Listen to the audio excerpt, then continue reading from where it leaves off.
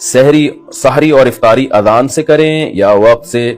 सहरी और इफ्तारी का ताल्लुक अजान से है या वक्त देखकर सहर व अफ्तार करना चाहिए? वक्त से इसका ताल्लुक है, अजान से नहीं है। अजानें बाज दफा गलत हो जाती हैं। बाज अहले हदीस हजरात ये करते हैं कि सूरज अभी आधा गुरूब होता है तो वो अजानें देकर सबका रोजा तोड़वा देते हैं, खराब कर देते हैं। तो मैं नहीं कहता सारे अहले हदीस ऐसा करते, लेकिन इन अहले हदीस की खिदमत में गुजारिश है कि खुदारा आप अपना मसलक दूसरों पे थोपते क्यों हैं? अगर आपकी राय ये है कि आधा सूरज गुरूब होने पर इफ्तार जायज है तो आप कर लें, लेकिन आप अजान देके सबके रोजे तोड़वा देते हैं और अपनी राय सब पे मुसल्लत करते हैं, तो ये बहुत गलत है, ये बहुत ज्यादती है। नहीं, आप इख्तलाफी, आप एक मसला है तो उसमें अपनी राय जबरदस्ती ठोस क्यों रहे हैं आप दूसरे के ऊपर?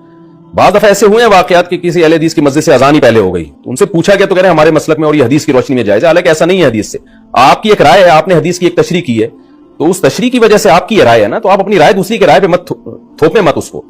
तो इसलिए अगर किसी ने अजान सुन के रोजा इफ्तार कर लिया और बाद में देखा कि टाइम अभी दाखिल नहीं हुआ था तो उसका रोजा टूट गया, उसको कज़ा करनी पड़ेगी। और अगर पता था उसको कि रोजे का टाइम अभी शुरू नहीं हुआ, सूरज मुकम्मल गुरूब नहीं हुआ है, फिर भी उसने अजान सुन के रोजा तोड़ दिया तो फिर कफारा भी लाजिम होगा उसके ऊपर। तो इसलिए अजान के बजाय ना जो सहर इफ्तार के जो टाइम के जो जदवल मिलते हैं, नक्शे मिलते हैं, उनको देखा करें और उससे भी एहतियातन 2 मिनट बाद रोजा खोलें।